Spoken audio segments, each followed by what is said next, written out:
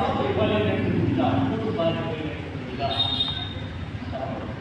ఒకసారి గమనించగలిగితే మన జీవితంలో ఫలం ఇవ్వగలిగినటువంటి జీవితాలుగా ఉంటుందా, ఫలాన్ని ఫలించగలిగినటువంటి స్థితిలో ఉంటుందా, లేదా అదే అంజూరపు చెట్టులాగా మత్తయి 23-24 అధ్యాయంలో, మార్కు 11వ అధ్యాయంలో, లూకాసు వార్త 13వ అధ్యాయంలో రాయబడినటువంటి విధంగా రాయబడినటువంటి జీవితాలుగానే ఉంటున్నాయా అనగా దూరం నుంచి చూస్తున్నాం సౌందర్యంగా, చక్కగా, ఆకర్షణీయంగా జీవితాలు ఉంటున్నాయి, లేదా దూరం నుంచి చూడడానికి కొంత వికారంగా ఉన్నా, దూరం నుంచి చూడడానికి కొంత ఆసక్తి లేనటువంటిదిగా ఉన్నా, చూడడానికి నచ్చినటువంటిదిగా ఉన్నా, దగ్గరికి వచ్చేసరికి చక్కని ఫలాలు కలిగినటువంటి జీవితాలు ఉంటున్నాయా లేదా గమనించుకోవాలి, పరీక్ష చేసుకోవాలి.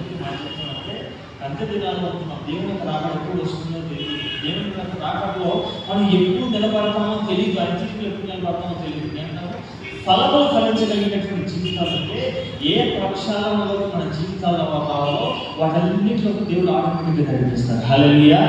అంటే గమనించండి, ఫలములు ఫలించగలిగినటువంటి జీవితాలు అంటే, ఫలములు ఫలించగలిగినటువంటి బ్రతుకులు మనం ఉంటే ఏం చెప్పగలిగేటటువంటి ఏంటంటే నరికి వేయబడినటువంటి స్థితిలో ఉంటాము, పడి తోసి వేసేటటువంటి స్థితిలో ఉన్నాము, నెట్టి వేయబడినటువంటి స్థితిలో మనం ఉంటాము. కానీ ఎన్ని సంవత్సరాల నుంచి మందిరానికి వస్తున్నా, ఎన్ని సంవత్సరాల నుంచి దేవుని దగ్గరికి వస్తున్నా, ఎన్ని సంవత్సరాల నుంచి దేవుని నడిచేటటువంటి అనుభవం కలుగుతున్నప్పటికీ కూడా ఫలాన్ని ఫలించలేనటువంటి జీవితాలు, ఫలాన్ని మన జీవితంలో కొన్ని